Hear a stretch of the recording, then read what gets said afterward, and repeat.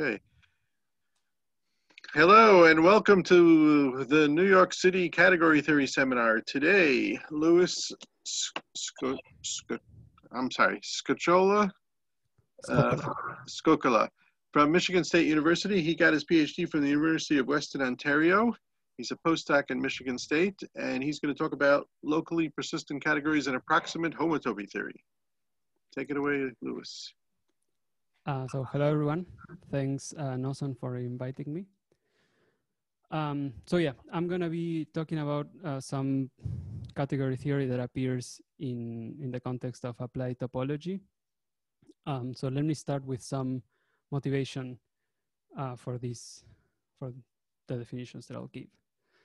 So the context is trying to do topological inference. And what that means very roughly is that one wants to estimate topological features of a distribution from a sample. And that's something that occurs in practice very often. So let me give you a more specific example. So suppose that we have a density function f that we can just take to be a function from some Euclidean space to the real numbers. And we want to estimate its cluster tree. So I'll define the cluster tree for you.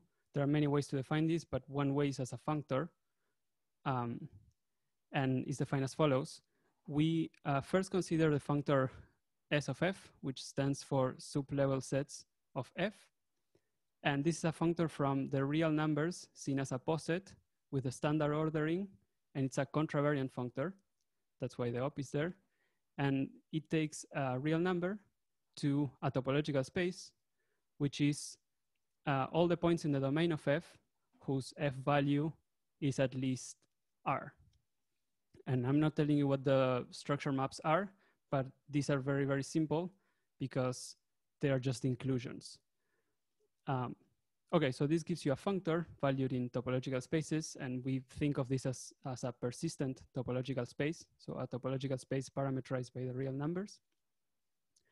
And since it is a functor, we can compose it with the path components functor, which is a functor from topological spaces to sets. And that gives us the cluster tree of f, which is a functor from the real numbers to set. And don't worry too much about covariance or contravariance. That's not going to be in any way very important. So let me show you a picture that should explain what this is doing. So suppose that I have this very nice density function on the real line, and I apply this construction to it. What I get is basically this tree here that I draw in green. So how does this tree work? Well, if the real number that this functor takes is very, very large, then I'm somewhere here, and the sublevel set of f at that point is just empty. There are no points whose f value is bigger than this. And as r gets smaller, at some point I start getting something in the sublevel set. So for example, if r is something here, I get all the points here whose f value is bigger than that r. And there are many points, but once I take pi 0, I get just one connected component. And then I can keep going down. So when I reach this r, for example, I start having two connected components, but then here these two connected components merge. So in the persistent set, they map to the same element. And then a third component appears and they all merge, and I just have one connected component just forever. Okay, so this very combinatorial tree is describing this persistent set. And the reason why people consider this is because it gives you some nice information about your density function, and also it can be estimated from a sample. So more precisely, the cluster tree is a stable construction, and every time I say stable, you can just think Lipschitz. It means exactly the same thing for many people, including me. And the cluster tree is a stable invariant, meaning that if I have two functions that are pointwise similar, then the cluster trees are similar. And now the question is, fine, but what is this metric? What's this TI? In what sense are the cluster trees similar? And this metric is called the interleaving distance, and I'm gonna define it formally in a second, but let me show you how this proposition kind of looks in practice. So suppose that I have another density function, which maybe is an estimate of f. I cannot expect the estimate to, for example, have the same number of maxima of f, because this estimate, G, is very, very close in the L infinity norm, but the number of maxima is very, very different. This has 6 maxima and this has 3 maxima. So just counting the number of maxima is not a stable invariant. It's not stable with respect to perturbations. What is stable is the whole tree. This whole tree, these two trees are very similar in a precise sense. And the sense in which they are similar is that there's not a natural transformation from this functor to this functor, but there is a natural transformation from this functor to lowering this functor a little bit. So let me say precisely what that means. And that's the notion of approximate isomorphism, or what people call interleaving. And since interleavings can be defined in generality, I'll just go in the full generality because we're gonna apply it to other cases afterwards. So suppose that I have a category and I have a positive real number delta and two functors from R to C. So this is just stands for the category of functors from R to C. And I want to sort of define a notion of being delta approximate, or delta similar. So what people came up with is the notion of interleaving, which goes as follows. First, we define the shift of a functor by delta. So this is gonna be a new functor from R to C, and it's just the shift. So the shift at R is the original functor at R plus delta. So I'm just shifting it a little bit to the left. If you think that X is going from left to right, then I'm shifting it to the left. Fine. Now, a delta interleaving between two such functors consists of natural transformations, one F going from X to the shift of Y by delta, and the other one G from Y to the shift by delta of X, such that the following diagram commutes. So how do I construct this diagram?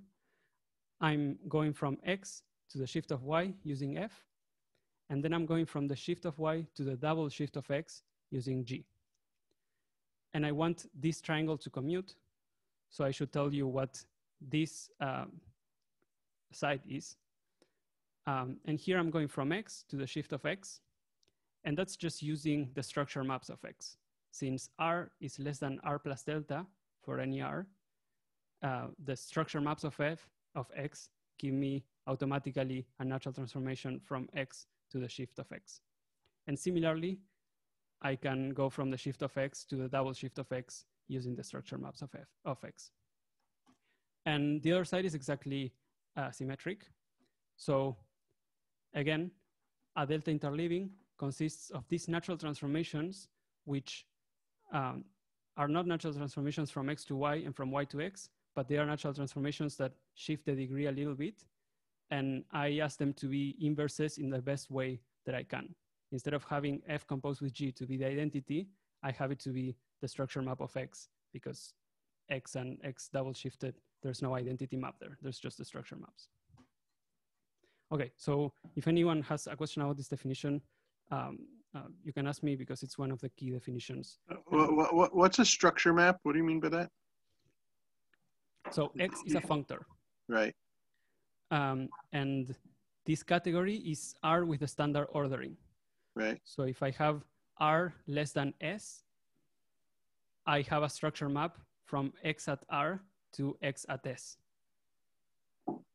Yeah. And here what I'm doing is X at R maps to X at R plus delta, for example. just because R is less than R plus delta. So if I evaluate this functor at R, I get X at R. And if I evaluate this functor at R, I get R plus X at R plus delta by definition. And there is a map from X at R to X at R plus delta. That's the structure map of X. So you're moving it over a little. So doing one F and G, F compose G is not equal to the identity, but it's moving it over a little bit each way. Yes, Two exactly. little bits, actually. Exactly. That's why I end up going to the shift of X. I cannot go back to X, but only to some shift of it. Okay. And for example, to make things a bit clearer, maybe if delta is 0, I recover the notion of natural isomorphism. Okay, you can see where homotopy is going to come in. Okay, thank you. Welcome. Thanks for the question. Okay, so that's what a delta interleaving is. And Chazal, Cohen-Steiner, Glisset, Guibas, and Oudot basically used this idea to define a distance. And I mean, came up with this idea and used it to define a distance. And the distance is very simple. Once you have the notion of interleaving, you basically take the infimum over all deltas such that X and Y are delta interleaved. And this number, which could be infinity, so that doesn't matter very much, this number is quantifying how similar or how isomorphic X and Y are. Yeah, and it satisfies the triangle inequality. That's very easy to check. That follows from the fact that you can compose functors, basically, or natural transformations. Okay, so let's go back to the example. I said that the cluster tree is a stable invariant, and I use the interleaving distance to state that. So let's see how the proof goes. If I have two functions that are pointwise very similar, then it is an exercise, but it's very, very easy to check that the sub-level set filtrations that I defined in the previous slide are delta interleaved. And that really just follows from this. I mean, it's entirely straightforward. And then since pi 0 is a functor, if I have, since interleavings are defined as a diagram, I can apply a functor to it and get an interleaving. So by functoriality of pi 0, it follows that the cluster trees are delta interleaved. And the fact that you can use categories to talk about these things was kind of first described by Bubenic and Scott. And they were talking about the case in which instead of pi 0, you apply homology. And that's what gives you the persistence homology of a function, which we're gonna talk about a bit more about homology in a second. So this is a nice example of how very simple category theory kind of gives you a very, very like clean proof that some construction is stable. And what that means in practice is that I can estimate F and then use that to build a tree. And I know that the tree is gonna be similar to the true tree. If the DI distance is zero, if the DI distance is 0, it just means moving the graph over. It's the exact same thing, just shifted over.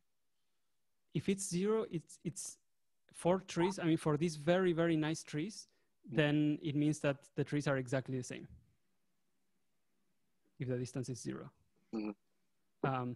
But you need some finiteness assumptions for that. In general, it is not true that if the distance between these two functors is 0, then the functors are gonna be naturally isomorphic. That's not in general true, but under certain finiteness assumptions, that is true. Okay, so the other kind of main example in topological inference is estimating the homology of a manifold from a sample. So here we can think of the manifold being basically a density function if the manifold is compact. And we want to estimate its homology, and we are just given a finite sample of the manifold. So there's a fairly old construction called the Vietoris-Rips filtration or the Vietoris-Rips complex that kind of solves this problem for us. And it works as follows. So the main problem when trying to estimate topology from a sample is that the sample is very discrete. It's just a finite metric space. So what topological information can you get from a finite metric space? And the answer is that you can get a lot of things from finite metric spaces.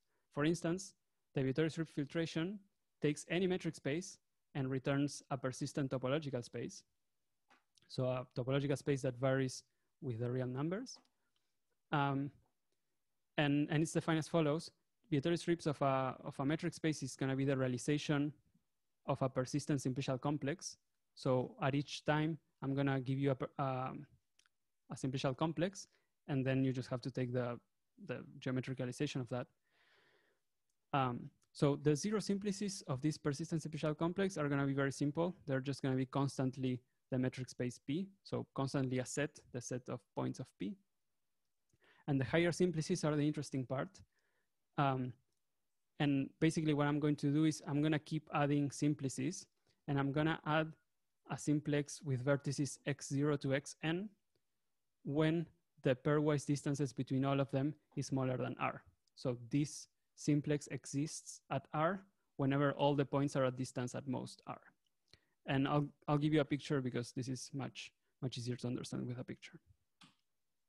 So suppose that I have a circle embedded in R2. So for example, maybe I have a circle kind of like not super nicely embedded, but it is embedded in R2, and I take a sample from it. And maybe the sample looks like this. Now, if I construct this persistent simplicial complex, at negative times, I'm just gonna have this kind of discrete simplicial complex, not super interesting. But when the times are positive, so when R is positive, I'm gonna start adding higher simplices. So at some point, when R is sufficiently big, I'm gonna add this simplex here, this one simplex here, and maybe 3 one simplices here, and then necessarily the 2 simplex here. And maybe when R is sufficiently big, all of these one simplices are going to appear. And now I have a simplicial complex that is quite interesting. This is homotopy equivalent to a circle. And then I'm gonna keep adding simplices. And at some point, I'm just gonna have a huge simplex that is gonna be contractible. So basically, we went from a discrete space to a contractible one. But on the way, we got many different homotopy types. And in particular, we got the homotopy type that we wanted. We started with a circle embedded, and then we took a sample. And at some point, we found that homotopy type. Now, you can prove that in general, if your manifold is sufficiently nice, and if your sample is sufficiently dense, then that's gonna be true. There's gonna be some step at which you recover the homotopy type. But I'm not gonna get into too many details about those theorems. I'm just gonna cite this theorem that is kind of more relevant to what I'm going to be talking about, which says that the persistent homology of Vietoris-Rips is a stable invariant of metric spaces. So let me unfold this a little bit. So here we have 2 metric spaces, P and Q. And what the theorem is saying is that if you take the interleaving distance between the homology of Vietoris-Rips, Vietoris-Rips is a persistent topological space. So you can take its homology and get a persistent vector space. You do that with P and Q, and you consider interleaving distance between those persistent vector spaces. That's bounded by twice the Gromov-Hausdorff distance between these 2 metric spaces. Now, I didn't tell you what the Gromov-Hausdorff distance is, and in some sense, I'm gonna tell you later how to define it or how to give a definition. But so right now, it suffices to say that if I have a manifold and I have a very, very dense sample of it, then those 2 things are gonna be close in the Gromov-Hausdorff distance. So in particular, this is telling me that I can recover the homology of a manifold from a sample as long as the sample is sufficiently dense. So a few things about this theorem. First, Vietoris-Rips just seen, so here we took the homology of Vietoris-Rips, but if I just take Vietoris-Rips from metric spaces to persistent topological spaces, I don't compose it with homology. This is not stable. with respect to the Gromov-Hausdorff distance and the interleaving distance. And if you draw like the simplest example, you already find that. But that's kind of strange because after I compose it with homology, I get something stable. And before I do, I don't. So what Bloomberg and Lesnick kind of realize is that the problem with the interleaving distance is that it is not homotop invariant. So you can have two persistent topological spaces that are weakly equivalent, so basically homotop equivalent, but whose interleaving distance is very, very large, arbitrarily large. So what this is saying is that the interleaving distance on this category of persistent topological spaces, if what you want to do is do something homotop invariant, then this distance is too fine.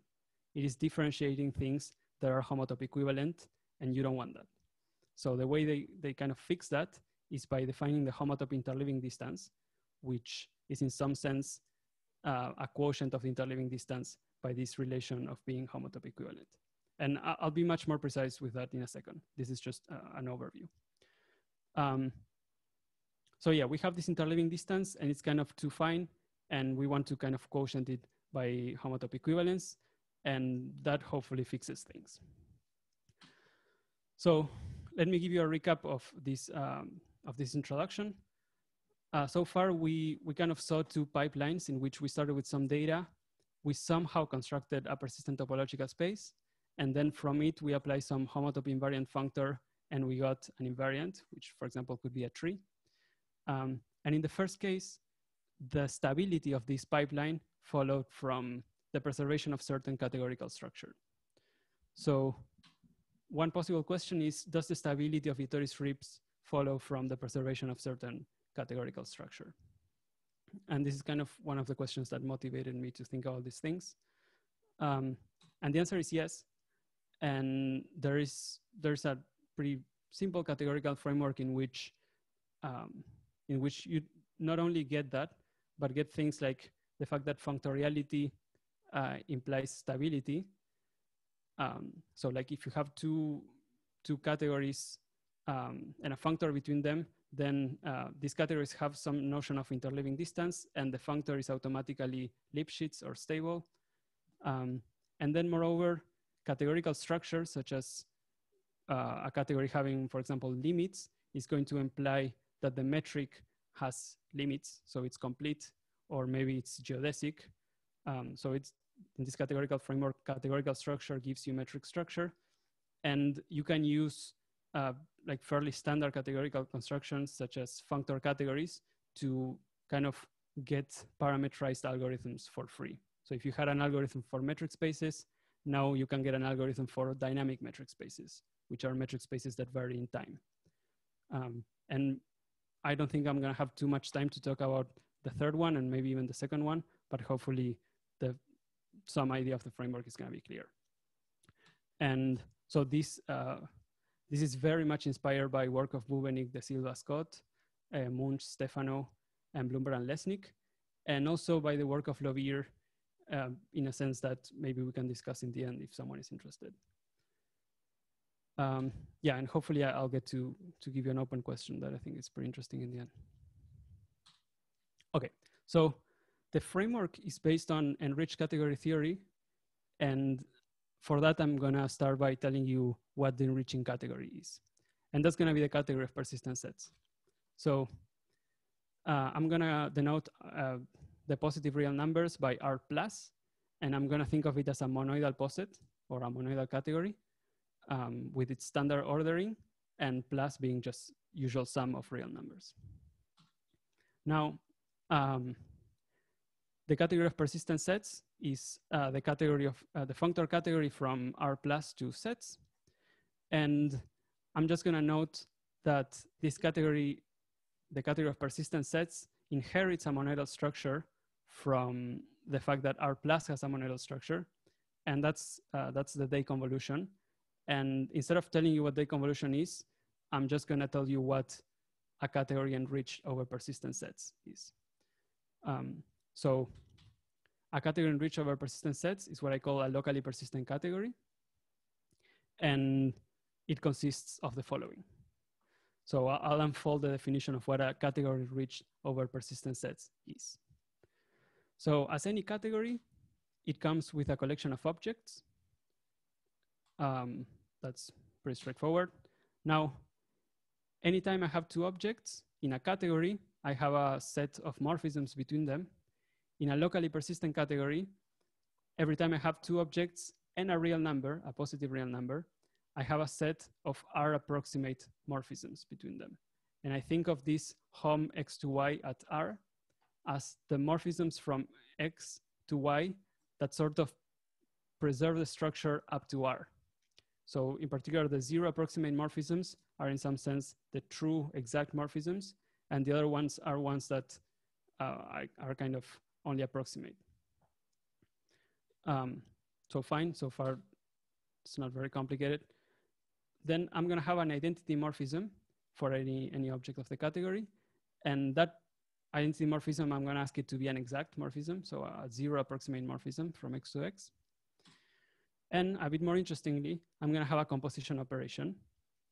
And the composition is gonna work basically as you would expect. If you have an R approximate morphism from x to y, and you compose it with an S approximate morphism from y to z, you're gonna get an R plus S approximate morphism from x to z.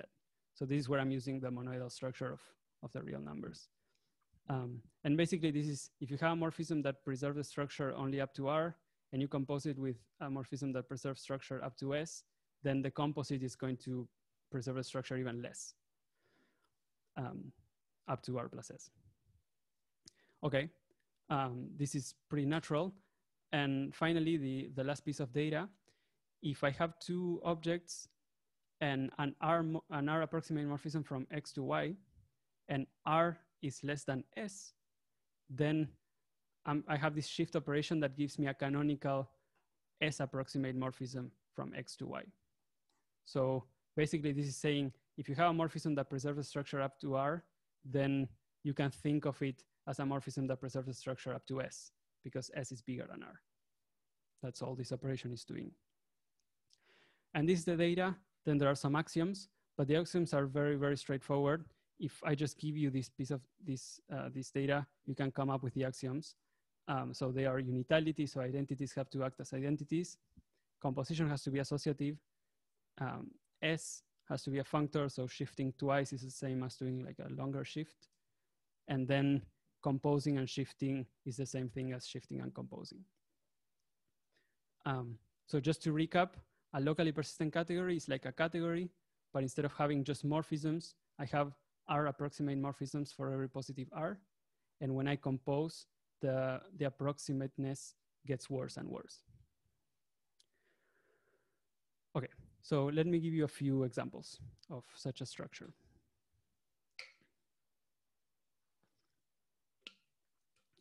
My first example is gonna be the category of pseudo-metric spaces.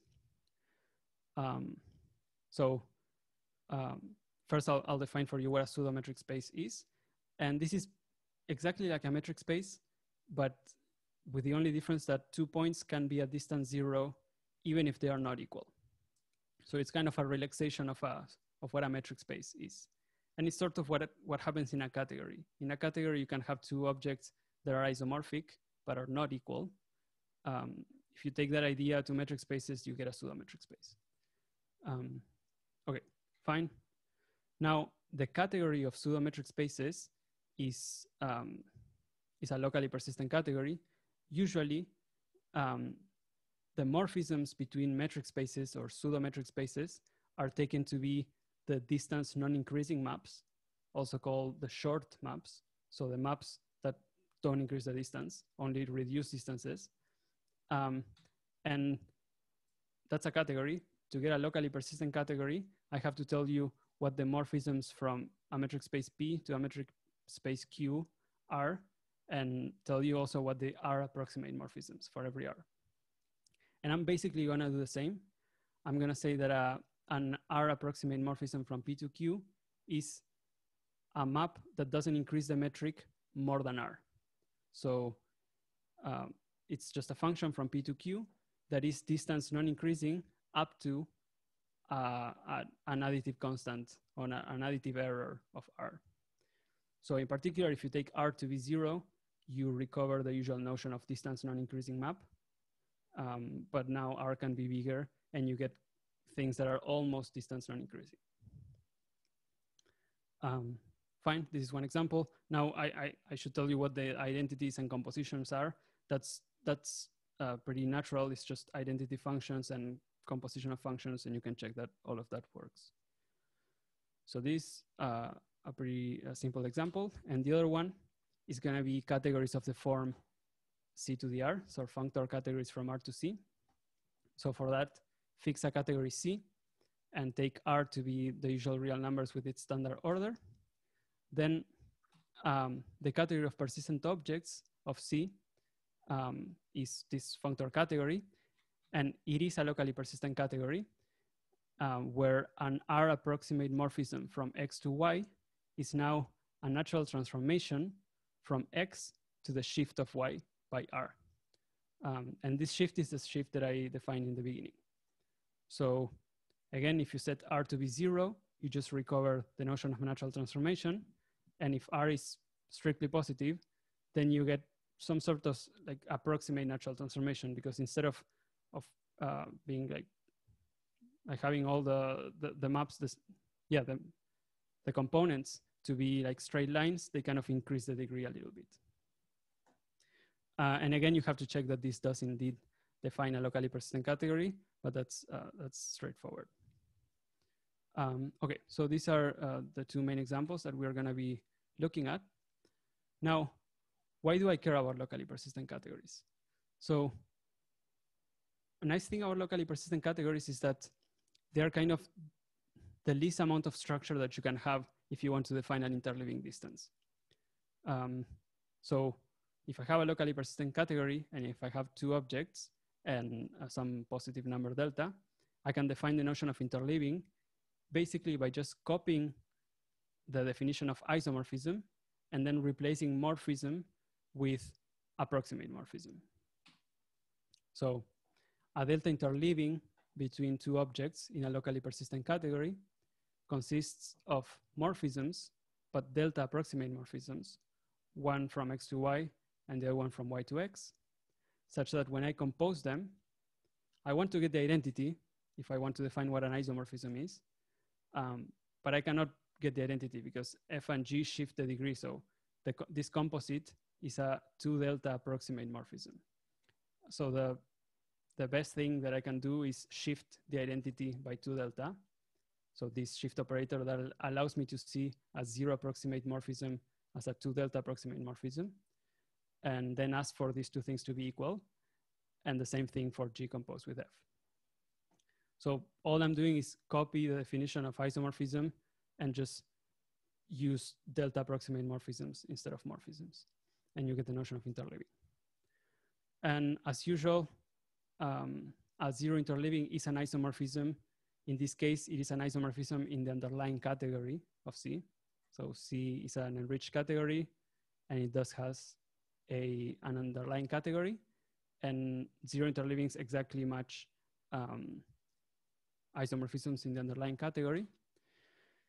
And I can, again, define interleaving distance with an infimum, which again kind of quantifies how isomorphic these two objects are. So let me give you a few remarks about this definition. Now, the interleaving distance, I've been calling it a distance, but it's really an extended pseudometric. And what that means is that it can take the value infinity and it can take the value 0 even if the objects are not equal. So that's not a very important thing or a very crucial thing. Now, just to check, like as a sanity check, the interleaving distance in this locally persistent category that I defined in the previous slide is the usual interleaving distance that I defined in the beginning of the talk.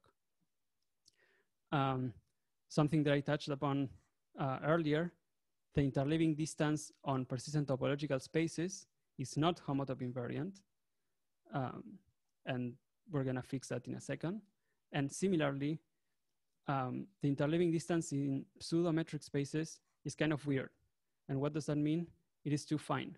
So if I have two pseudometric spaces that are delta interleaved, then necessarily there is a bijection between them that doesn't distort the metric more than delta.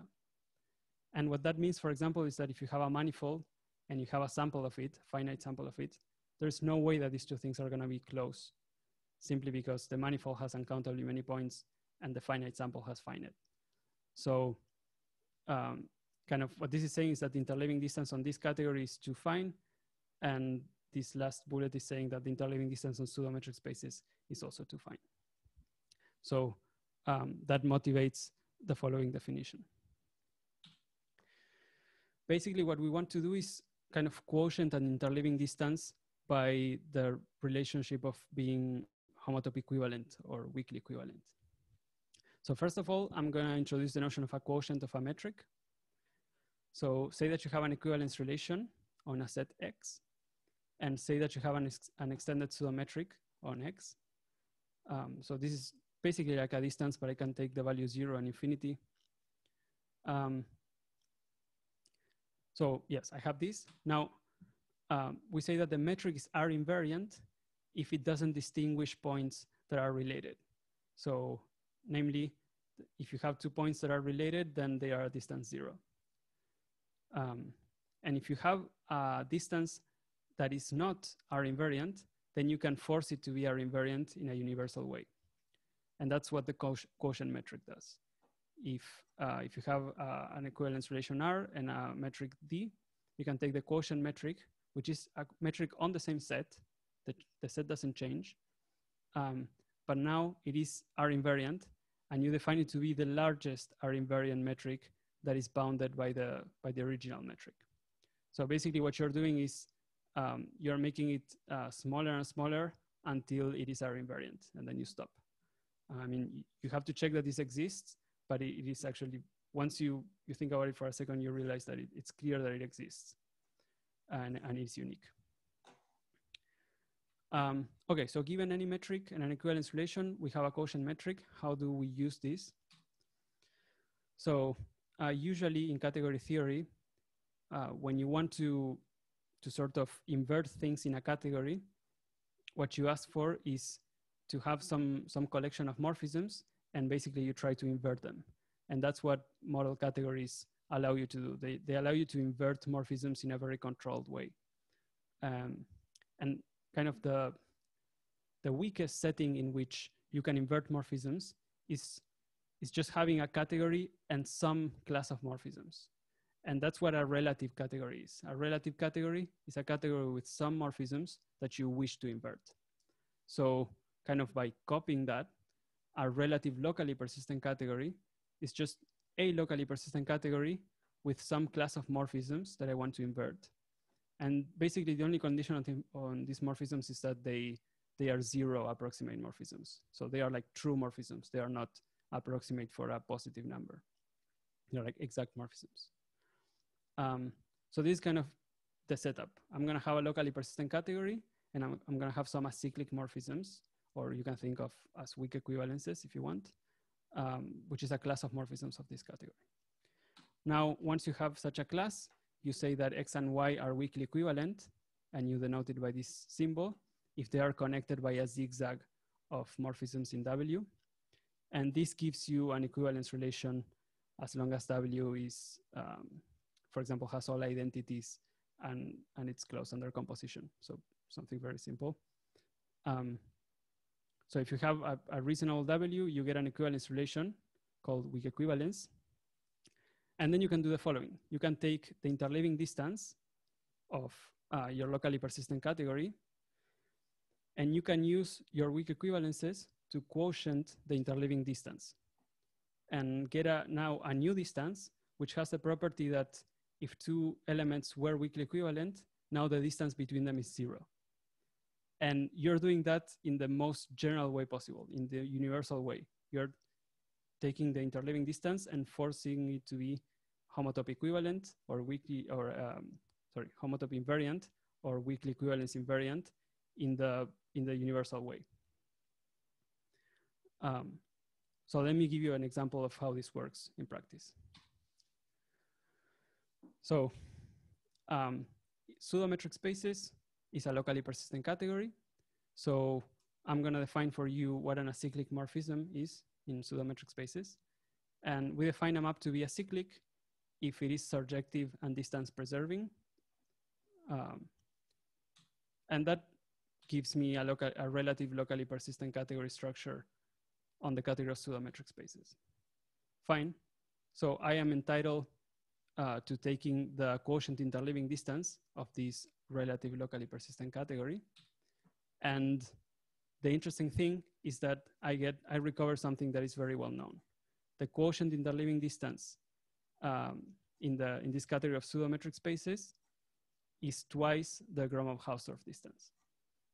So the interesting, I mean, proving this is actually pretty easy, but kind of the interesting thing is that I'm recovering a distance that is very geometric or very metric in a quite categorical way. I'm defining this category and then I'm defining some class of kind of weak equivalences. And when I take the quotient of the interleaving distance, I get the Gromov-Hausdorff distance. And we're gonna see that this is actually useful in practice also. And then similarly, if I have a model category, I'm going to give a relative locally persistent structure on this category functors by declaring a map to be acyclic if it's pointwise weak equivalence. So if it's a natural transformation, all of whose components are weak equivalences. I get a relative locally persistent category. And in this case, if I take the quotient interleaving distance of this relative locally persistent category, I recover this distance that I briefly mentioned in the beginning, the homotop interleaving distance of Plumber and Lesnick. So basically what I'm telling you is that this categorical structure that seemed kind of, I mean, not that obvious in the beginning, does recover things that people have been using in, for example, applied topology. So let me give you an example of how you can use this in practice. So in the beginning, one of the motivating things was, can you recover the stability of Vietoris ribs as the preservation of certain categorical structure? And the answer is you can do that. And in fact, it follows from a very straightforward lemma, which is the following. Say that you have two of these relative locally persistent categories. So locally persistent categories together with some class of acyclic morphisms. And suppose that you have a functor between them. Now, if this functor sends acyclic morphisms to acyclic morphism, then it is automatically stable, meaning that it is one Lipschitz with respect to the quotient interleaving distances. And the nice thing about this lemma is that it is entirely categorical and very, very straightforward. So by functoriality, F preserves interleavings. And that's just because an interleaving is a categorical definition. So any functor has to preserve it. I mean, it's a diagram. So any functor has to preserve it. So by functoriality, F preserves interleavings, and thus it has to be stable with respect to the interleaving distances. But now, since F also preserves acyclic morphisms, it has to pass to the quotient of the quotient metrics, and thus has to be stable with respect to the quotient interleaving distances. A question. Yes, please. Do you need to require surjectivity on objects or something like that for this to work? No. Because it seems... Okay. What bothers you? Let's see. It seems like the functor doesn't really restrict what happens outside its image. No, it doesn't see what happens outside the image. But what happens outside the image, I mean, the weak equivalent or the acyclic morphisms that are outside the image, at most what they are doing is making the distance even smaller, because the more acyclic morphisms you have, the smaller your distance is. So the distance in the codomain at most gets smaller. All right. Okay. Or, I mean, if you're not very convinced, we can talk about that later. Yeah, thanks. So right, so we have this lemma that tells you that a locally persistent functor that preserves the cyclic morphisms is automatically stable. It then follows, for example, the stability of Vittori strips. So this is a theorem by Bloomberg and Lesnick that says that Vittori strips seen as a functor from, well, they use metric spaces, but you can easily change it to be pseudometric spaces, to persistent topological spaces is stable with respect to the Gromov-Hausdorff distance on metric spaces and the homotopy interleaving distance on persistent topological spaces. So how would you prove that? Well, first of all, you realize that by the previous slide, these two distances are quotient interleaving distances. So you can use this lemma. And then what you have to check is that Vittori strips is a functor, but now it's a set, it's a persistent set enriched functor. And that's actually very simple. And the other thing that you have to check is that if you have an acyclic morphism here, then Vittori strips maps it to an acyclic morphism here. And you can check that in fact maps surjective and distance preserving maps, which are the acyclic morphisms here, to trivial fibrations here, which are in particular weak equivalences. And when I say trivial fibrations, these are like pointwise trivial fibrations.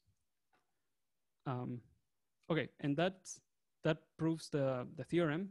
And when you unfold all the definitions, you actually are basically recovering known proofs by Bloomberg, Lesnick, and Memoli. All this is doing is kind of packaging them up in kind of like a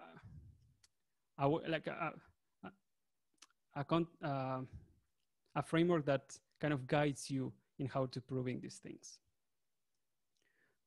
Okay, so I don't have a lot of time. So maybe, actually, how much time do I have? It's good if you finish by 8, but I mean, but you Okay. can go on if you want. No, it's okay, it's okay. So I'll give you a brief idea of what metric properties you can prove, and then maybe I'll just jump to the end, and that'll be it. So when you come up with these distances, you often want them to have some nice metric properties. So if you're doing like statistics with where your distance is the interleaving distance, you may want to know that the distance is complete. And you may also want to know that it is intrinsic, which basically means that you can interpolate between points that are close by. So more precisely, what intrinsic and a distance is intrinsic if the distance between 2 points can be approximated by the length of a path between the 2 points. And that path kind of allows you to interpolate between the 2 points. So there have been several results of this form in the literature. For example, the category of persistent vector spaces is known to be intrinsic for a while. There's like a pretty general theorem by Bubenik, De Silva, and Nanda that implies that if you have a category that is complete, then the interleaving distance in the category of persistent objects is intrinsic and complete. And this complete of C is, has all limits, categorical limits. And this complete is the metric has all, like all Cauchy sequences have a limit. And then there's a similar result by Cruz, who works in kind of a different framework than locally persistent categories, but that is a particular case of locally persistent categories that proves that, again, if you have a category that has enough limits, basically, then the interleaving distance is complete. So none of these theorems are talking about homotopy distances, like distances that take homotopy into consideration in any way. And the nice thing is that you can generalize them to locally persistent categories and also take into account the acyclic morphisms. So suppose that you have a relative locally persistent category that is complete. And in this case, complete means it's complete in the enriched sense. So it has all weighted limits. And then you need to have some compatibility of the acyclic morphisms. So they have to be stable under pullback and powers, which is a special limit in enriched in enriched category theory. And you also need it to be closed under sequential limits. Then the quotient interleaving distance is intrinsic and complete. And this, for example, implies that the homotopy interleaving distance is intrinsic and complete. So like a nice corollary.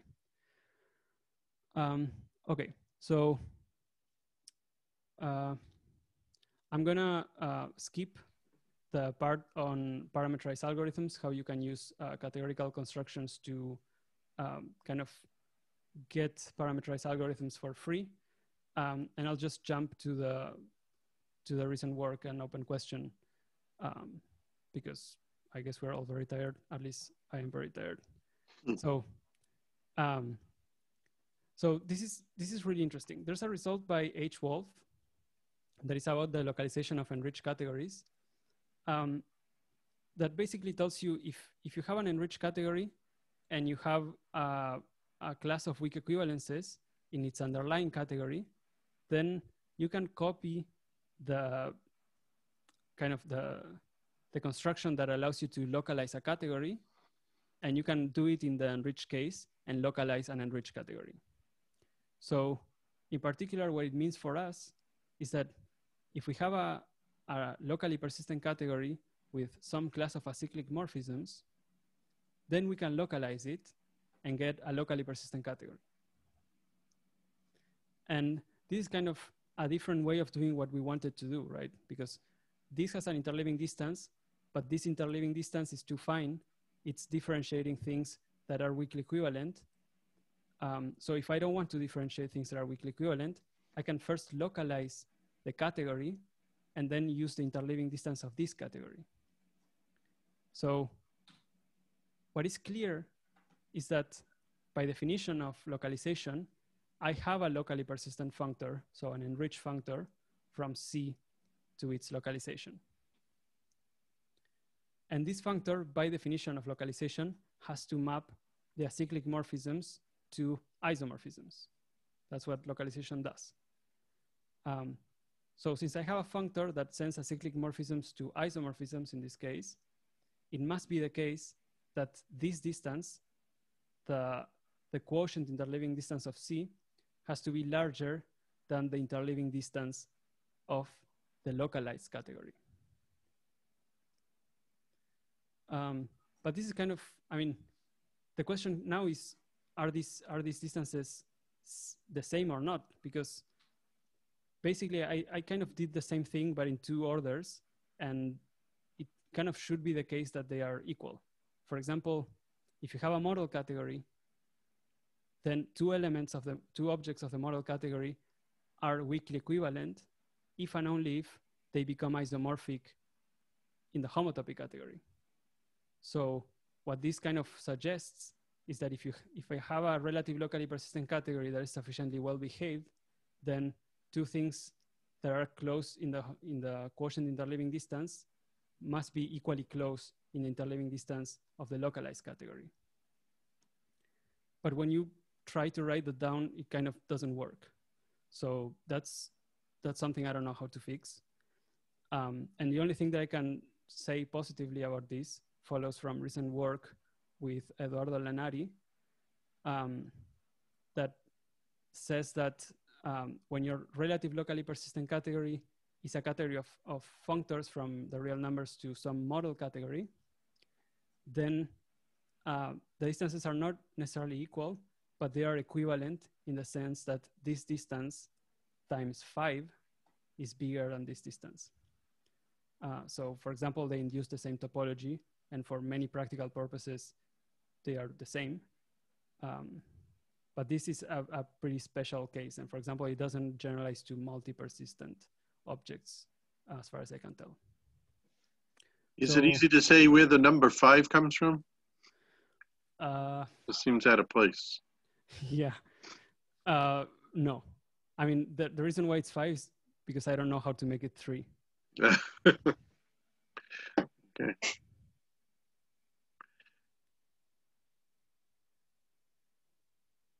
So yeah, that's all I have to say. These are some references. And basically all or most of what I discussed is in my thesis. And some things, yeah, are in this new paper with Eduardo. Your thesis is downloadable from your webpage? Yes, yeah. Okay. Anyways, thank you very much.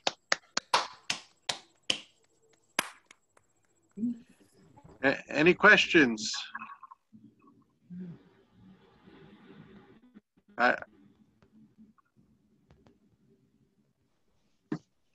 Anybody? Yeah, if I may. Just short question. You mentioned that this work was motivated by Lavier. Could Right. you explain, please? Thank Right. you. So the idea of Lavier, I mean, one idea of Lavier is that metric spaces can be seen as enriched categories. And that's basically what you do is you consider, maybe, let's see if I can, are you hearing me? Yeah, yeah. Okay. But Let me check if I can Hmm. share something to write on.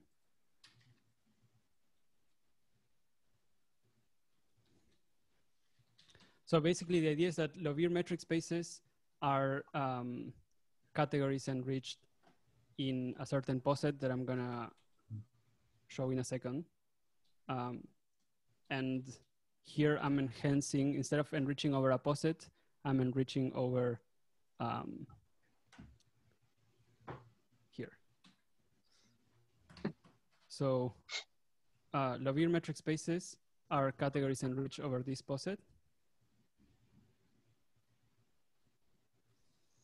And what I'm doing is enriching over basically the category of functors over this poset. So this. So the Joned embedding gives you something like this. Now with the other ordering, right? And this is monoidal, because that's what deconvolution does. And now, if you have a functor that is defined over the whole positive real numbers with infinity, you can just restrict it to this. So, so what this means is that now if you have a category enriched over this, you get a category enriched over this. And these are Lavier metric spaces.